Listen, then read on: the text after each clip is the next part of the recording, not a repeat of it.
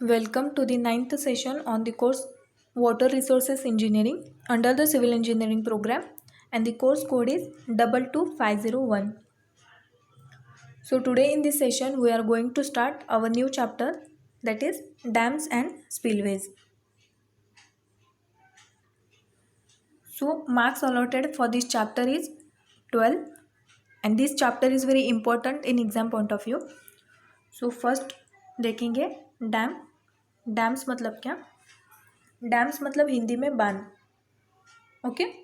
A solid barrier constructed at a narrow outlet in a valley is called as dam. जो flowing body है जैसे कि river वगैरह, तो उसके अक्रॉस एक कंस्ट्रक्शन करते हैं तो उसको ही हम डैम कहते हैं. डैम का मेन पर्पज़ यही है कि जो पानी है, जो वाटर है, उसको कंट्रोल में करना. ओके.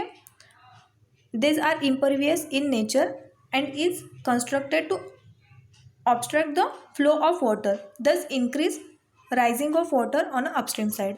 तो उसकी वजह से क्या होता, डैम के अपस्ट्रीम साइड का जो वाटर है वो राइज होता, इंक्रीज होता. ओके. मेन पर्पस क्या है? जो वाटर है उसको कंट्रोल करना. ओके. तो इसके अलावा भी जो डैम है उसको हम हाइड्रो इलेक्ट्रिक पावर जनरेशन के लिए यूज़ करते हैं, डोमेस्टिक पर्पज़ के लिए उसका यूज़ होता, देन एग्रीकल्चरल लैंड के लिए और फ्लड कंट्रोल के लिए भी डैम का यूज़ होता. ओके. तो साइट सिलेक्शन फॉर डैम देखेंगे. अगर सपोज हमको कहीं पे डैम कंस्ट्रक्ट करना है तो वहाँ की साइट सिलेक्ट करते वक्त कौन कौन से कंडीशंस है या फिर रिक्वायरमेंट है वो हम देखेंगे उसके लिए. The following points should be considered while selecting site for dam. So उसमें फर्स्ट है good foundation should be available. Dam के लिए एक गुड फाउंडेशन लेना ज़रूरी है, हार्ड स्टार्टर रहना चाहिए वहाँ पे. देन सेकेंड है it should be located in narrow valley. Third, it should have sufficient space for spillway. Spillway के लिए सफिशिएंट स्पेस अवेलेबल रहना चाहिए. It should have impervious bed and sides so as to reduce erosion. तो वहाँ पे impervious bed रहना चाहिए ताकि जो इरोजन है उसको हम रिड्यूस कर सकें. Okay. Fifth is it should fulfil the purpose, that is irrigation and drinking etcetera.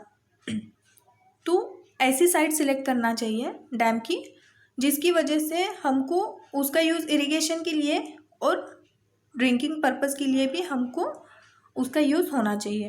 Okay. Then material should be easily available nearby site. तो जो मटेरियल्स लगने वाले हैं डैम कंस्ट्रक्शन के लिए वो इजीली नज़दीक के साइट नज़दीक में मतलब अवेलेबल होना चाहिए. ओके. लगे. Then it should have less submerge area, that is not more than 10%. कम सबमर्ज एरिया रहना चाहिए, 10% से ज़्यादा नहीं रहना चाहिए. Okay. Then the site should be such that the length of dam should be minimum as it directly affect cost. और last है it should be easily accessible throughout the year. तो ये सारे पॉइंट्स हैं site selection for dam के लिए. अब next देखेंगे factors affecting the selection of the type of dam. Type of dam select करने के लिए कौन कौन से फैक्टर्स अफेक्ट करते हैं वो देखेंगे. तो इसमें फर्स्ट है material available, then second funds available, nature of foundation. Nature of foundation कैसा है वो हम देखेंगे. Space for surplus work. Surplus work मतलब ही spillway. Okay. Then nature of valley. और लास्ट है seepage and uplift under dam. Okay. तो ये फैक्टर्स हुए जो टाइप ऑफ डैम सिलेक्ट करने के ऊपर ये सारे फैक्टर्स क्या होते हैं अफेक्टेड है. ओके. अब नेक्स्ट है gravity dam. Gravity dam is a solid structure made up of masonry और कॉन्क्रीट. ग्रेविटी डैम जो है वो मैसनरी और कंक्रीट से बना हुआ रहता and are constructed across a river, और वो रिवर के अक्रॉस कंस्ट्रक्ट करते हैं to create a reservoir on its upstream side. This are strong and durable, जो ग्रेविटी डैम है वो स्ट्रॉन्ग रहता है और ड्यूरेबल भी रहता है। The dead weight of dam is distributed such that whole section withstand pressure of water on upstream side. These are at right angle to flow of river. Okay, so forces acting on a gravity dam. gravity dam पे कौन कौन से type के forces act होते हैं वो देखेंगे। तो फर्स्ट है weight of the dam, dam का वेट। देन वाटर प्रेशर, उस पर वाटर प्रेशर आएगा तो वो भी फोर्स उस पर एक्ट होगा ग्रेविटी डैम पे। देन अपलिफ्ट प्रेशर, नेक्स्ट है वेव प्रेशर, जो वेव आएंगे उसका प्रेशर रहेगा। उसके बाद सिल्ट प्रेशर, जो स्मॉल पार्टिकल्स है सिल्ट तो उसका भी प्रेशर आएगा। Then ice pressure, wind pressure, और लास्ट है अर्थक्वेक प्रेशर। तो ये सारे फोर्सेस ग्रेविटी डैम पे एक्ट होते हैं। ओके, तो आप यहाँ पे डायग्राम में देखो, ये ग्रेविटी डैम है, तो यहाँ पे जो दिखाई दे रहा है ये W मतलब वो वेट ऑफ डैम है, और ये जो ऊपर के साइड में फोर्सेस एक्ट हो रही है वो है अपलिफ्ट प्रेशर, और ये है विंड प्रेशर। ओके, तो अब इनका कैलकुलेशन कैसे करते हैं वो हम देखेंगे। तो अगर हमको वाटर प्रेशर निकालना है तो it is major external forces acting on a dam, तो इसके लिए P1 is equal to WH² divided by 2 acting at a H/3 from the base से H/3 पे ये एक्ट होता है यहाँ तक। ओके, तो यह रहा हमारा वाटर प्रेशर। देन नेक्स्ट, जो वाटर प्रेशर है उसको हम ओवरटर्निंग फोर्स भी कहते हैं। ओके, अब सेकेंड जो है वो है weight of wedge water on a upstream slope. तो वो कैसे कैलकुलेट करते हैं वो देखो। Weight of wedge water on upstream slope acting downward towards through a CG, that is P2 is equal to area of cross section of water on slope into W। Okay, then next है weight of wedge on downstream slope. Weight of water on downstream wedge acting as a CG downwards, that is P3 is equal to area of triangle into W acts downward.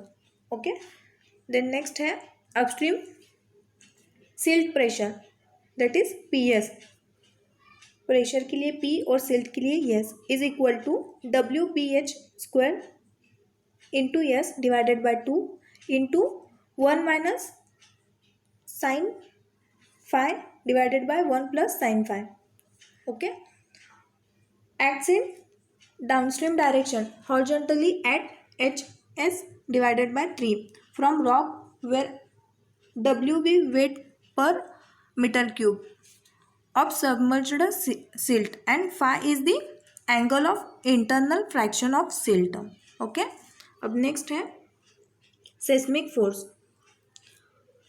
These forces are considered only in such an area of country which comes under seismic zone.